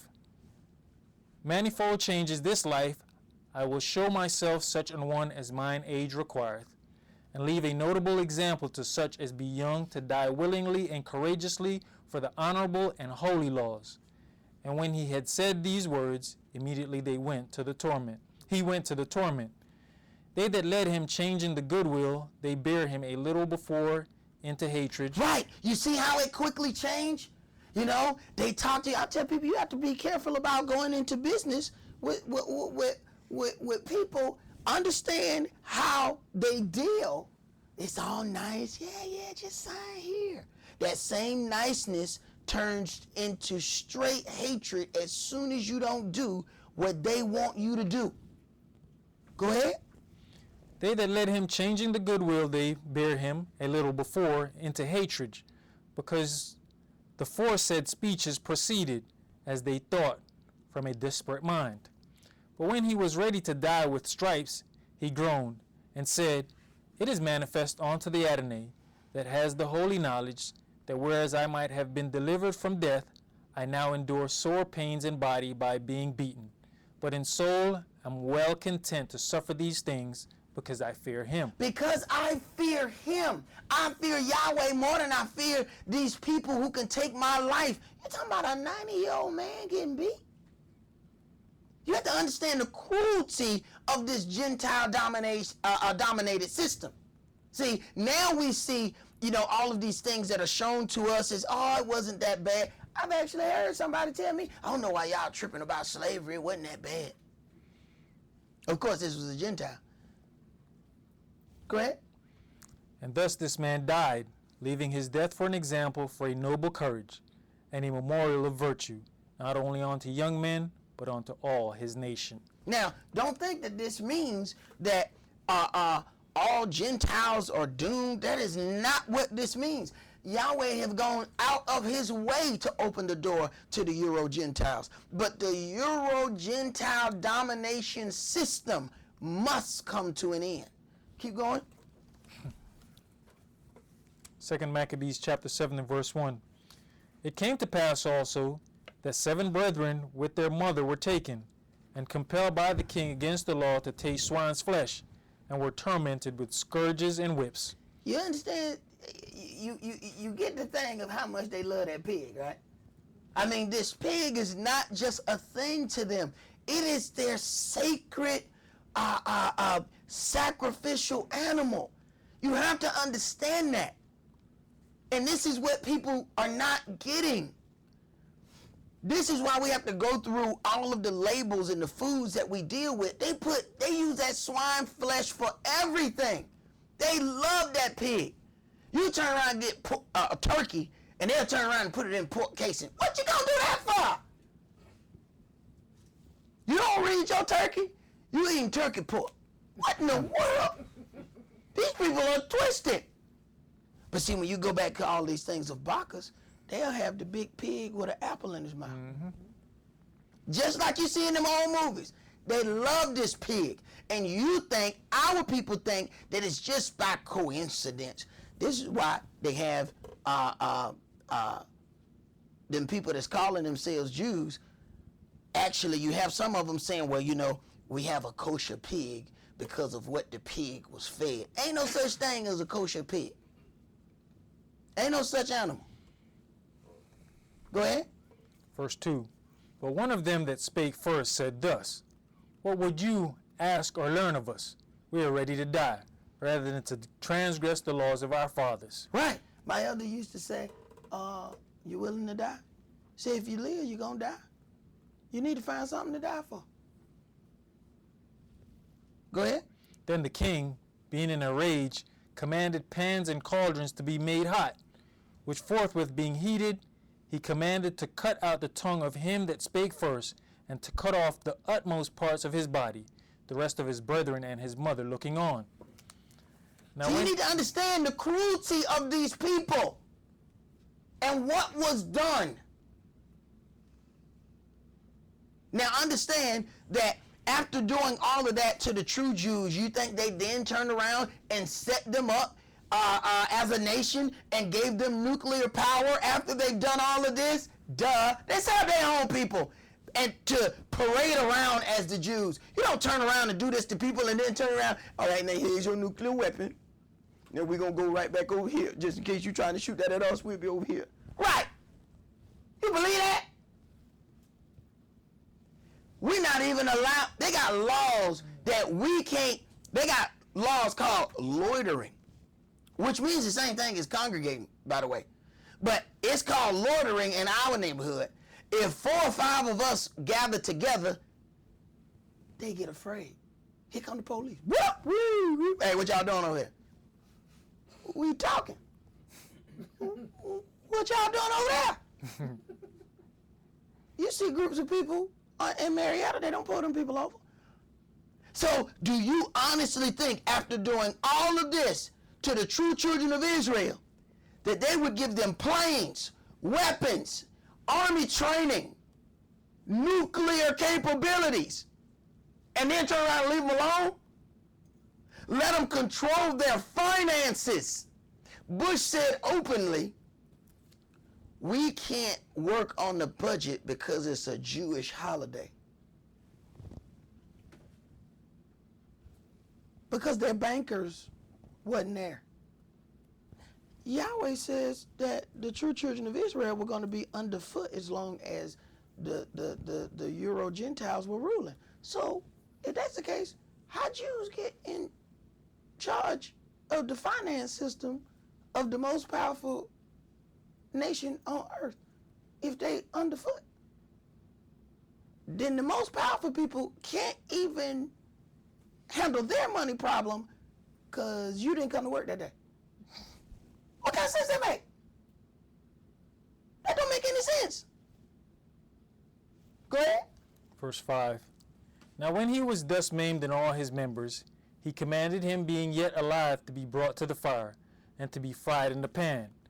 And as the vapor of the pan was for a good space dispersed, they exhorted one another with the mother to die manfully, saying thus. Having to watch this. The mama having to watch this. The brothers having to watch this. Go ahead. The Adonai Elohim looketh upon us, and in truth has comfort in us, as Moshe in his song, which witnessed to their faces, declared, saying, and he shall be comforted in his servants. Mm-hmm. So when the first was dead after this manner, they brought the second to make him a mocking stock. And when they had pulled off the skin of his head with the hair, they asked him, will you eat before you be punished throughout every member of the body? Every member of your body. So they're going to cut off the parts of his body to make him eat pork. So so that there's not a question of the cruelty that happens. When you talk about the things that happened to Christ, understand it was Romans that did that. Understand, when they talk about scourges, there's a whip that has a little metal hook on the end. And whereas our people were hit during slavery with the whips, what they had with a scourging is that it had a metal hook. So when it hit you, it grabbed in your skin, and then it yanked out big hunks of your skin when they pulled it back. So big hunks and patches of their skin would be yanked out. Yes. So understand what's happening here. Go ahead. And you know, the thing that's crazy is you have the two biggest holidays. You have the two biggest holidays that they push, where they actually close down a lot of these businesses to where families can come together. Mm-hmm. You have that Thanksgiving and you have the Christmas, Mm-hmm. and that's one of the main foods that they push. Right. For people to eat, the glazed pineapple, whatever. Right. Hey, bro, it's some of the only times that some families cook is during Christmas and Thanksgiving. You know, and they have and all of those feasts, you're going to find a pig, and they don't know that our people were tortured and refused to eat it. So when you understand this, you understand why they're coming at you that way. at your family gatherings. This is bigger than you. Much bigger than you. This is about the word of Elohim. Go ahead. You know, even in verse 7, we can see scalping is a whole thing. Right. They make like the Indians came up with scalping. And what you don't know, the Indians only scalped in retaliation. Because what the Euro-Gentiles would do, they would kill the women, cut off their breasts, put it on their eyes, cut off other parts of their members, and put it in other places. The natives fought a certain way. They didn't touch women and children. They didn't fight like that. Women and children didn't go to war, and they didn't harm women and children. They got back to their village and found all the old people killed, all the women killed, members cut off. That's when they started scalping. They didn't fight like that. But you see how his story goes. His story, they only tell you one part of it. And then they called the Indians savages. But they were the ones cutting off members and placing them in other places. But you see, that wasn't anything new. They're doing it right here. Mm-hmm. Go ahead. Verse 8. But he answered in his own language and said, No. Wherefore he also received the next torment in order, as the former did.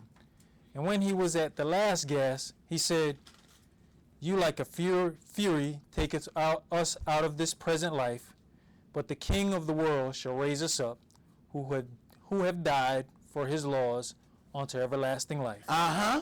After him was the third made a mocking stock, and when he was required, he put out his tongue, and that right soon, holding forth his hands manfully, and said courageously, This I had from heaven, and for his laws I despised them, and from him I hope to receive them again, insomuch that the king and they were with him marveled at the young man's courage, for that he nothing regarded the pains.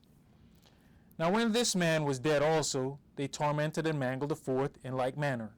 So when he was ready to die, he said thus, It is good, being put to death by men, to look for the hope from Elohim to be raised up again by him.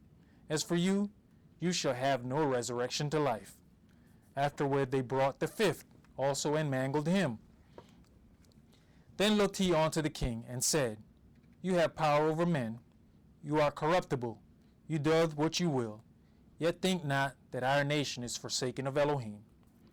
But abide a while, and behold his great power, how he will torment you and your seed. Remember, until the fullness of the power, then this punishment comes. Go ahead. And after him also they brought the sixth, who being ready to die said, Be not deceived without cause, for we suffer these things for ourselves, having sinned against our Elohim. Therefore marvelous things which are done unto us. But think not you that taketh in hand to strive against Elohim, that you shall escape unpunished. But the mother was marvelous above all, and worthy of honorable memory. For when she saw her 7 sons slain within the space of one day, she bare with it a good courage, because of the hope that she had in the Adonai. Yes, she exhorted every one of them in her own language, filled with courageous spirits, and stirring up her womanish thoughts with a manly stomach, she said unto them, I cannot tell how you came into my womb, for I never gave you breath nor life, neither was it I that formed the members of every one of you. But doubtless the Creator of the world, who formed the generation of man, and found out the beginning of all things, will also of his own mercy give you breath and life again, as you now regard not your own selves for his law's sake. Mm-hmm. Now Antiochus, thinking himself despised, and suspecting it to be a reproachful speech, whilst the young was yet alive, did not only exhort him by words, but also assured him with oaths that he would make him both a rich and happy man if he would turn from the laws of his fathers, and that also he would take him for his friend and trust him with affairs. Right, I give you power. I give you all kind of stuff now. See, we read about these things, but we think that none of this has happened. We think, oh yeah, in that time, things may happen. Man, people have already gone through this stuff. where their life was on the line, to question whether or not they were going to keep Yahweh's word or not. Go ahead. But when the young man would in no case hearken unto him, the king called his mother, and exhorted her that she would counsel the young man to save his life. And when he had exhorted her with many words, she promised him that she would counsel her son. But she bound herself toward him, laughing the cruel tyrant to scorn, spake in her country language on this manner: O my son, have pity upon me that bare you 9 months in my womb, and gave you suck 3 years, and nourished you, and brought you up unto this age, and endured the troubles of education. I beseech you, my son, look upon the heaven and the earth, and all that is therein, and consider that Elohim made them of things that were not, and so was mankind made likewise. Fear not this tormentor, but, being worthy of your brethren, take your death, that I may receive you again in mercy with your brethren. Mm-hmm. While she was yet speaking these words, the young man said, Whom wait you for? I will not obey the king's commandment, but I will obey the commandment of the law that was given unto our fathers by Moshe. And you, that have been the author of all mischief against the Hebrews, shall not escape the hands of Elohim. For we suffer because of our sins. And though the living Adonai be angry with us a little while for our chastening and correction, yet shall he be at one again with his servants. So understand why we have to do so much to put ourselves in a place where that angel can be amongst us, but understand the great things that Yahweh has for those of his servants. You have to receive the goodness for the evil that was done unto your people. But you ain't just going to haphazardly walk about and receive that. These people paid a ultimate price. You ain't going to do that and get that. Go ahead. Verse 34. 2 Maccabees chapter 7 and verse 34. But you, O godless man, and of all other most wicked, be not lifted up without a cause, nor puffed up with uncertain hopes, lifting up your hand against the servants of Elohim. For you have not yet escaped the judgment of the Almighty Elohim, who seeth all things.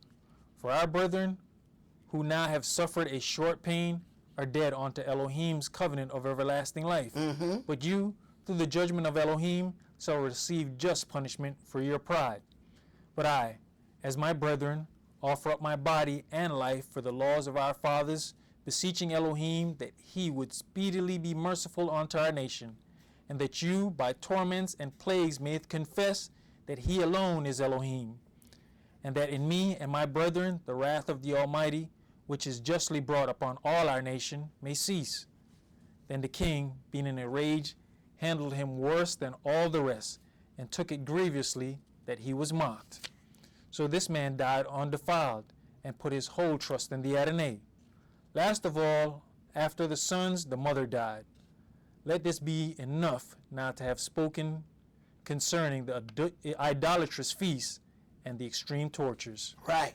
So when you consider this fullness of the Euro-Gentiles, you have to understand why they did not want this book as a part of this book. Because most people, you know, they're not reading anything in Christianity anyway. You know that. You know, they're going to do a whole sermon on one verse. So doing a whole sermon on one verse, you can go to church 50 years and never miss a Sunday, and you ain't going to get nowhere near the stuff out of this book, much less this one. So there's a reason why they didn't want these things. This is documented history of what happened to the children of Israel. So understanding that, the as it is written, I know the blasphemy of them that say that they are Jews and are not, but are the synagogue of Satan. These people represent the fullness of the Euro-Gentiles. They won't come out of the land until the righteous rule is set up. So all of that is connected to that Gentile rule. And we know how things are done. So we know that nobody is going to just give up power after having that. So we understand that this war of Armageddon must take place for righteousness to be set in the earth. Did you have something? Yeah, I was just going to say, in this case, we saw 7 brothers and the mother. You know, you've mentioned before of the sisters having to also be knowledgeable of what's written in this book. Because it didn't speak of the father, but we see that even when they were pushing the mother, the weaker vessel, Right. to tell her son to go along with it, she said no. Right. She stood for the word of what she knew. And she would not allow them when they thought she was going to talk them into it. She went and talked them into this word. Let's go to Revelation chapter 12.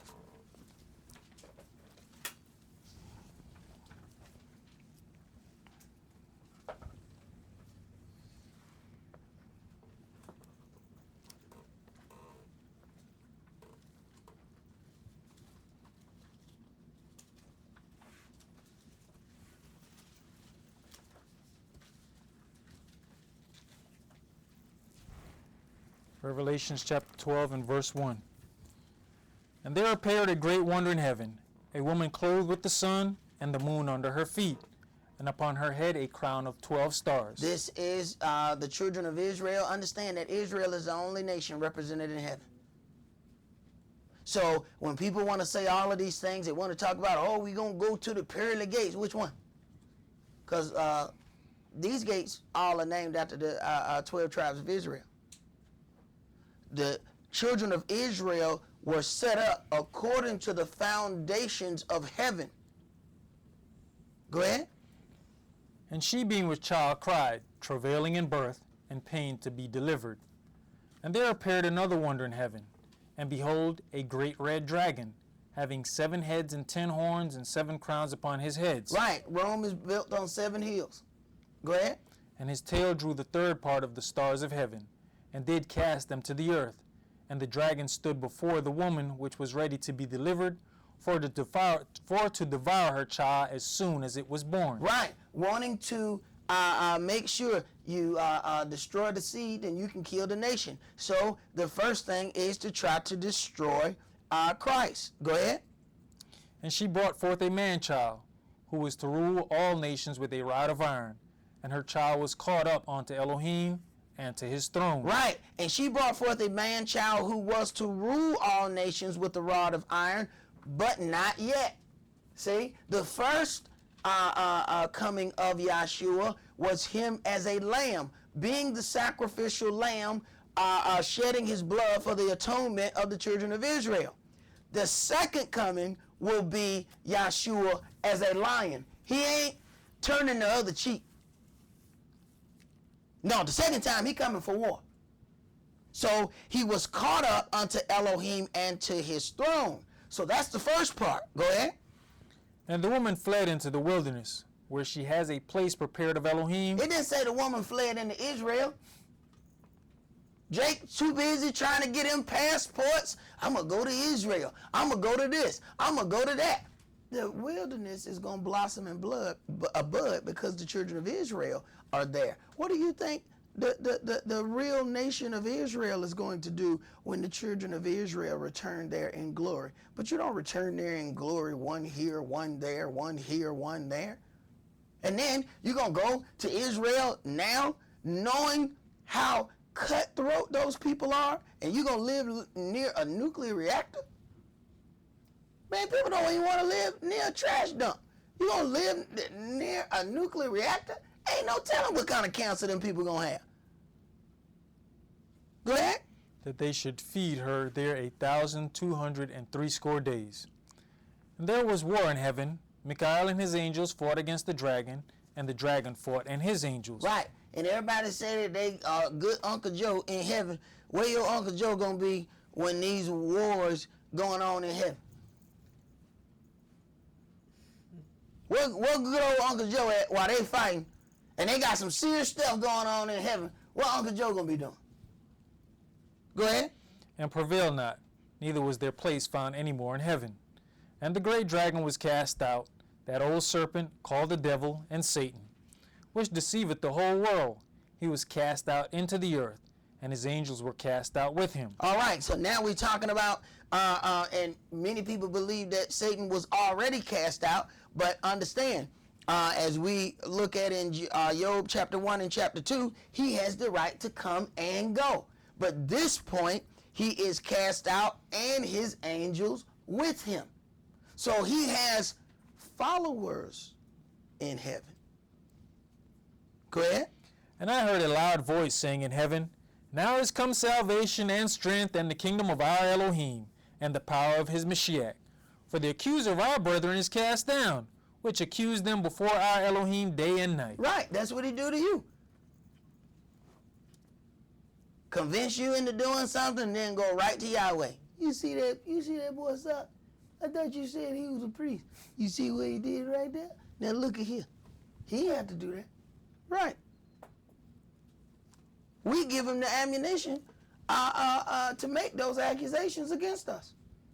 Go ahead. And they overcame him by the blood of the Lamb, and by the word of their testimony, and they loved not their lives unto the death. They loved not their lives unto the death. Now we just read, look at what all those brothers went through. Now we read these things and it just seems like a verse to us because you don't have a serious thing to document it. Well, it's there. They just didn't want it in this canon. They didn't want you to be able to read that because then you would understand the severe cruelty of the Gentile rulership. Go ahead. Therefore rejoice, you heavens, and you that dwell in them. Woe to the inhabitants of the earth and of the sea, for the devil is come down unto you, having great wrath, because he knoweth that he has but a short time. And believe you me, the real true Gentile worshipers are waiting for these things to happen because they don't agree. See, this is our problem. We feel the need to be responsible for everything that happens if the person looks like us. Like we look at the news and there's like a mass murder and we be like, oh man, I hope he ain't black, Oh man, they black. You know, like we're responsible for everything that somebody black do. Well, that's the same thing that the Euro-Gentiles are doing, but then there are certain people that say, hey, I know that this is wrong. I am a believer of what is written here. And the putting down of the Euro-Gentile rulership means a righteous kingdom, and they are waiting on that righteous kingdom, not trying to push that their people keep ruling. They want a righteous rulership led by Christ. Go ahead. Verse 13. And when the dragon saw that he was cast onto the earth, he persecuted the woman which brought forth the man-child. The woman that brought forth the man-child is Israel, the real children of Israel. So the dragon wants to attack the children of the holy seed. Go ahead. And to the woman were given 2 wings of a great eagle, that she might fly into the wilderness, into her place, where she is nourished for a time and times and half a time from the face of the serpent. So the woman is supposed to go into the wilderness where she is nourished for a time and times and a half a time, 3.5 years from the face of the serpent. People go into Matthew, I think 24, and they say, you know, let him which be in Judea flee to the mountains. Why would you be in Judea? So you in the mountains while the rest of Israel is being cleansed in the wilderness. It says that there will be restoration to Israel in the wilderness. The lame shall leap as a hart. A hart is a deer. A deer can walk up to a 8-foot fence and jump it flat-footed. So are you going to get that in the mountains? Right. Go ahead. Verse 15. And the serpent cast out of his mouth water as a flood after the woman, that he might cause her to be carried away of the flood. Right. You have the children of Israel being pushed out of these various countries, out of America first, having to, as it is written, Israel, you shall be sent to Egypt again via the ships of Tarshish. Tarshish is Spain. They had the long distance ships. So you're talking about being shipped up out of here, going back and say you shall return the same way you came. So now having to go out in those ships, you understand why the dragon would let water out of his mouth as a flood to see if he can drown the children of Israel on our way out of here. But Jake said we're gonna avoid that. We're gonna get us passport and we're gonna fly over. Go ahead. And the earth helped the woman, and the earth opened her mouth and swallowed up the flood which the dragon cast out of his mouth. The earth is going to help the woman. Jake said, I'm gonna help myself. Go ahead. And the dragon was angry with the woman, and went to make war with the remnant of her seed, which keep the commandments of Elohim and have the testimony of Yahshua the Mashiach. Right. So we see that the same thing that happened then is going to be the same thing that's going to happen when this righteous kingdom is set up. The adversary wants to make war with the remnant who keep the commandments. We see what happened in this Gentile setup, that they wanted to convince them to go against the laws. So that we understand when we look at things, when we look at the TV and we see these people that are parading themselves as the Israelis, we know that a small part of them are Edomites. The rest of them are proselytes, Ashkenazis. Those people are Germans. Those are Gentiles. Those people are a part of the Gentile dominated system. They have been put in place by the very Gentiles that invaded the land. They have been given all of this power by the very people who made sure that we went into slavery. So it is this Christian setup that has been warring against us. This is not a new concept. These things have just been hidden from us. Well, that's all that we're going to do for today. Remember the Sabbath to keep it holy. Shabbat shalom. Shabbat shalom.